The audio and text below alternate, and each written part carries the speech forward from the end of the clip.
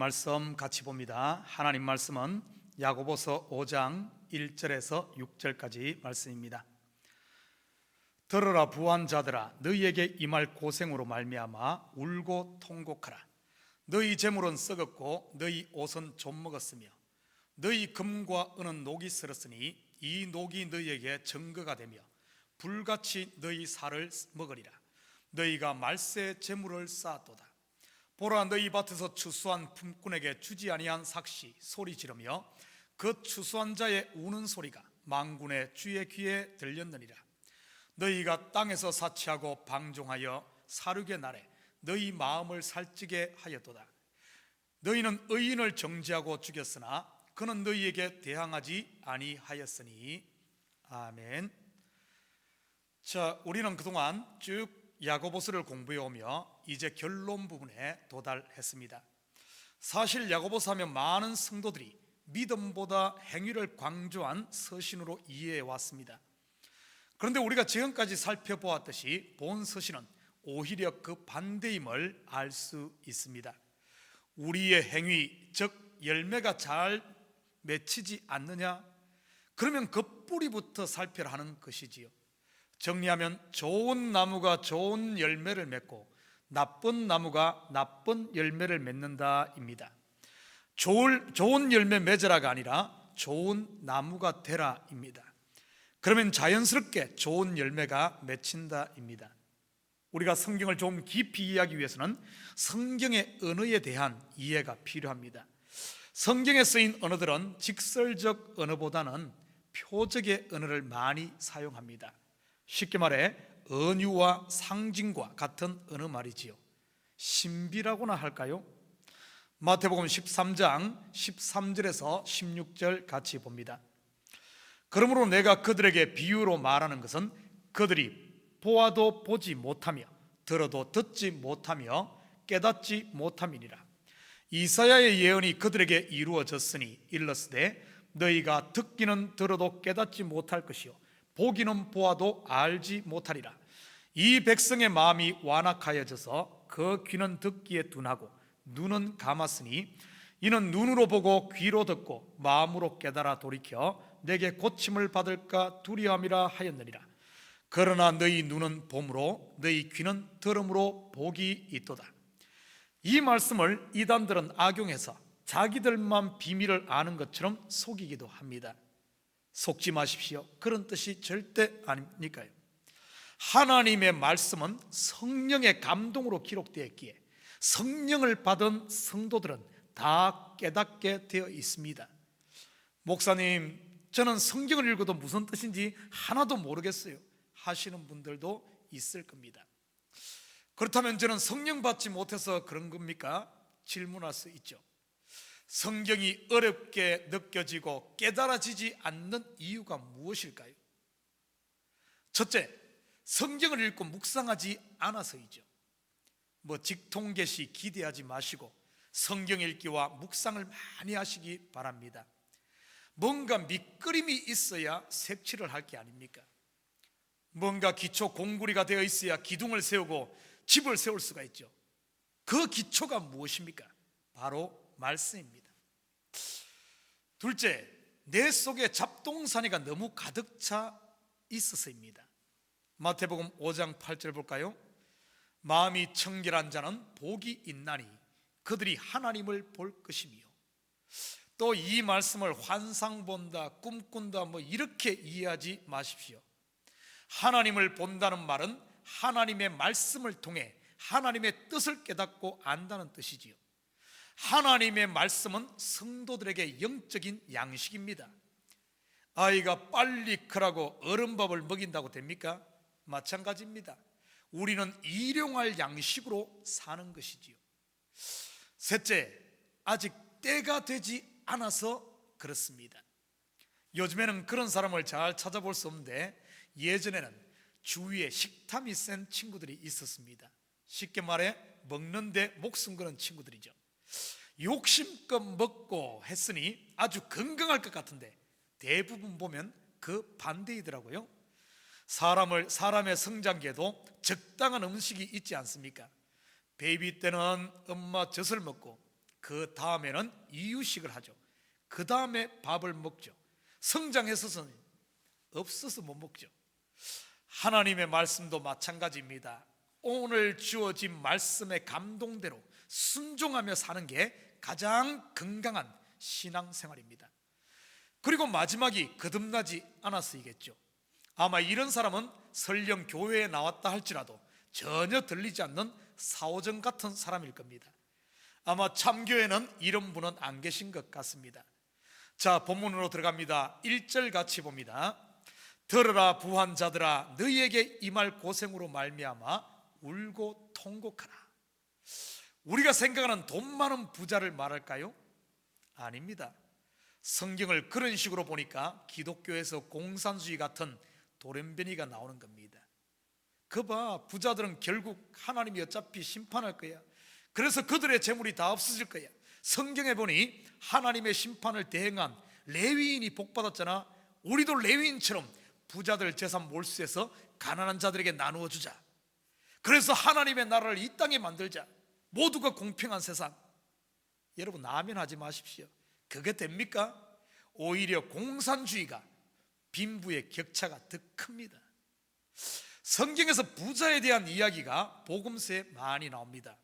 예수님께서 부자들에 대한 경고한 것은 돈 많은 부자가 아닙니다. 돈 많이 벌고 저축하면 복이죠. 돈들 많이 버세요. 성경의 부자는 한결같이 율법의 의, 스스로 취한 의로 똘똘 뭉친 종교 지도자들을 일컫는 말입니다. 대표적인 부류가 바리새인, 사두개인, 제사장 등 종교 지도자들이었죠. 야고보서는 믿지 않는 세상 사람이 아닌 성도들에게 주어진 말씀입니다. 그것도 초신자보다는 복음의 중심 센터에 있던 예루살렘 교인들과 흩어져 있는 교회들에게 주신 서신이지요. 제발 교회 안에서 부자 되지 마시기 바랍니다. 교회 오래 다녔다고, 성경 지심 많다고, 기도 좀 한다고, 헌금 좀 한다고, 봉사 많이 한다고. 1절 다시 보십시오. 너희에게 임할 고생으로 말미암아 울고 통곡하라. 이런 영적인 교만한 사람들, 자기의로 뭉친 사람들, 하나님이 직접 이렇게 만드시겠다고 말씀합니다. 왜일까요? 옛것 무너뜨려야 새 집을 지을 수가 있기 때문이지요. 옛 하늘이 무너지고 옛 땅이 꺼져야 새 하늘과 새 땅이 임하기 때문입니다. 여러분의 마음 구석구석을 살펴보십시오. 남들 모르는 곳에 비자금 숨겨놓은 데는 없는지요? 겉으로는 겸손하고 점잖은 척하며 말만 하면 은혜입니다고 하지만 마음 한 구석에서는 야, 너도 나처럼 해봐, 너는 못하잖아 하지는 않습니까? 2절과 3절 같이 봅니다. 너희 재물은 썩었고 너희 옷은 좀 먹었으며 너희 금과 은은 녹이 쓸었으니 이 녹이 너희에게 증거가 되며 불같이 너희 살을 먹으리라. 너희가 말세에 재물을 쌓았도다. 이들이 쌓아놓은 재물이 무엇일까요? 마태복음 25장 44절 같이 봅니다. 그들도 대답하여 이르되 주여, 우리가 어느 때에 주께서 줄이신 것이나 목마르신 것이나 나그네 되신 것이나 헐벗으신 것이나 병드신 것이나 옥에 갇히신 것을 보고 공양하지 아니하더이까. 이 사람들 재물을 참 많이도 쌓았네요. 나는 이것도 하고 저것도 했으니 하나님 앞에 큰 상 받을 거야 하고 기대했던 왼편의 사람들. 나는 교회도 몇 개 건축하고 선교지도 몇 군데 후원하고 목사님 양복 사준 것만도 셀 수가 없고 교회 일은 내가 다 했으니 나는 너무 큰 상이 예비되어 있을 거니까 상 받을 때 8톤 트럭 끌고 갈 거야. 참교회는 이런 분 안 계시겠죠? 만약 그런 분 계시다면 상 받을 트럭 대신 그것 치울 쓰레기차 준비해야 할 겁니다. 너희 재물은 썩었고. 맞잖아요. 그리고 옷이 좀 먹었다네요. 성경의 옷은 의를 말합니다. 나는 좋은 일, 착한 일 많이 해서 신문에도 나고 내 명성이 대단한데, 하나님 앞에 가면 왕복을 입을 줄 아는데 알고 보니 그 옷이 조미 먹어버린 누더기가 되었네요. 저는 목사로서 교회에서 자기 자랑하는 사람 보면 참 안타깝습니다. 성도들이 바보가 아닌데 자기는 명품 입은 줄 아는데 성도들은 누더기로 보거든요. 너희 금과 은은 녹이 슬었으니. 여러분, 금과 은이 녹습니까? 녹쓰는 금과 은을 뭐라고 할까요? 짝퉁이라고 하죠. 이런 말도 있잖아요. 반짝인다고 다 금이 아니다. 색깔이 노랗다고 다 금이 아닙니다. 여기 있는 문 목사야 속일 수 있겠죠. 그렇지만 우리 교회 유장로님은 못 속일 겁니다. 왜냐하면 예전에 주얼리 가게에서 금을 아주 정확하게 찾아내니까요. 여기서야 믿음 좋은 척 정금 행세하지만 그게 얼마나 가겠습니까? 환란의 바람이 불어오고 폭풍 몇 번 지나고 나면 다 녹슬어서 가짜임이 들통나죠. 4절 같이 봅니다. 보라, 너희 밭에서 추수한 품꾼에게 주지 아니한 삭시 소리 지르며 그 추수한 자의 우는 소리가 만군의 주의 귀에 들렸느니라. 나는 너를 믿고 너에게 달란트를 맡겼는데 그것 썼는가 묻는 것이지요. 품꾼에게 삭스를 주어야 품꾼들이 힘내서 더 열심히 할 것 아닙니까? 품꾼에게 삭 안 주는데 누가 일하겠습니까? 결국 추수도 못하고 익은 곡식들이 덜해서 썩지 않겠습니까? 어린아이가 가진 보리떡 5개와 물고기 2마리를 내놓으니 5,000명이 먹고도 12광주리가 또 남았지요. 5달란트로 장사를 하니 또 5달란트가 남지요. 혹시 추수꾼에게 주지 아니한 품삯이 여러분 손에 있지는 않습니까? 그것이 물질일 수도 있고 건강일 수도 있고 지식일 수도 있고. 5절 같이 봅니다. 너희가 땅에서 사치하고 방종하여 사륙의 날에 너희 마음을 살찌게 하였도다.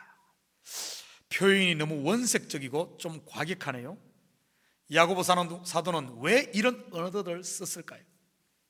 그만큼 우리의 마음이 둔해 있고 자기 자신에 매여 있다는 뜻이 아닐까요? 우리의 마음이 얼마나 굳어 있는지 망치로는 안 된다는 뜻이겠지요. 해머로 내리쳐야 하고 그것도 안 되면 다이너마이트로 폭파해야 된다는 이야기입니다. 땅에서 사치하고, 이 말은 자기 만족에 취해 있다는 뜻입니다. 어느 책에서 읽은 내용인데 개척교회를 하는 모 목사님께서 오랜만에 단짝 대학 동기를 만났답니다. 그 동기는 아주 성공한 사업가가 되어 있었고요. 그런데 그 친구는 교회는 다니지 않는다 그러네요. 서로의 사는 이야기를 주로 주고받다가 헤어질 때가 되자 그 친구가 갑자기 꽤나 많은 금액을 개척교회 목사님에게 도네이션 하겠다고 했답니다. 그래서 그 목사님이 물었대요. 너는 교회도 안 다니는데 왜 이 많은 돈을 교회에다 도네이션 하냐고요. 그때 그 친구의 대답이 자신은 교회뿐만 아니라 절이나 고아원 같은 곳에도 많이 도네이션 한다고 했습니다. 그래서 물었답니다. 기특했어요. 왜 그런 좋은 일을 하냐고요. 그때 그 친구의 대답이 그런 일을 해야 자기 마음이 편하고 만족이 된다고 했답니다. 결국 자기 만족을 위해 한다는 것이지요. 물론 그 목사님은 그 도네이션을 정중히 거절했다고 하더군요. 여러분, 혹시 이 이야기가 내 이야기는 아닌가요? 내 만족을 위해 헌금하고 내 만족을 위해 봉사하고 내 만족을 위해 예배하고 내 만족을 위해 기도하지는 않습니까? 사륙의 날에 내 마음만 살찌우고 있지는 않습니까? 나를 구원하기 위해 독생자를 아끼지 않고 내어주신 그 은혜는 헌신짝처럼 버리고 오직 자기 만족에 취해 사치하고 있지는 않습니까? 6절 같이 봅니다. 너희는 의인을 정죄하고 죽였으나 그는 너희에게 대항하지 아니하였으니. 나도 모르게 나오는 자기 자랑으로 인해 은혜로 사는 성도들에게 상처를 준다는 말이겠지요. 사랑하는 성도 여러분, 거울아 거울아, 오늘 하루도 하나님의 말씀의 거울 앞에 담대히 서 보십시오. 혹시 내가 거지로 가장한 부자는 아닌가요? 말씀 한 구절 보고 마칩니다. 마태복음 5장 3절입니다. 심령이 가난한 자는 복이 있나니 천국이 그들의 것임이요. 기도합니다. 사랑의 아버지 하나님, 참으로 감사를 드립니다. 하나님, 우리 자신을 돌아볼 때 정말 아버지 하나님, 내 속에 은혜로 사는 자입니까? 아니면은 자기 의에 똘똘 뭉쳐 하나님이 배척하는 부자로 삽니까? 아버지 하나님, 우리 심령을 감찰하시고 혹시 우리 마음에 하나님이 아닌 내가 왕이 되어 있다면, 내 의로 자랑하고 산다면, 하나님, 거울 앞에 서서 내가 입은 옷이 왕복이 아니라 무화과 나무 잎임을 보게 하시고, 하나님께서 지어주시는 이제는 의의 새 옷을 입는 저희들 되게 도와주시옵소서. 우리의 믿음이 하나님 보시기에 아버지 하나님 인정받는 정금이 되어야지 아버지 하나님 가짜가 되어서야 되겠습니까? 오늘 하루 삶 가운데도 우리 자신을 묵묵히 돌아보며 우리 속에 아버지 하나님 이런 것들이 있으면 하나씩 하나씩 십자가 앞에 내놓고 주님이 주시는 새 은혜로 살고, 주님이 주시는 양식으로 살고, 주님이 입혀주시는 하늘의 옷을 입고 오늘 하루도 복된 하나님 백성으로 살아가는 저희들 되게 도와주시옵소서. 우리 온 성도들을 지키시고 가정을 지키시고 악한 것들 틈 못하게 주님의 능력의 장중에 품어 주시옵소서. 감사드리며 예수님의 이름으로 기도드립니다. 아멘.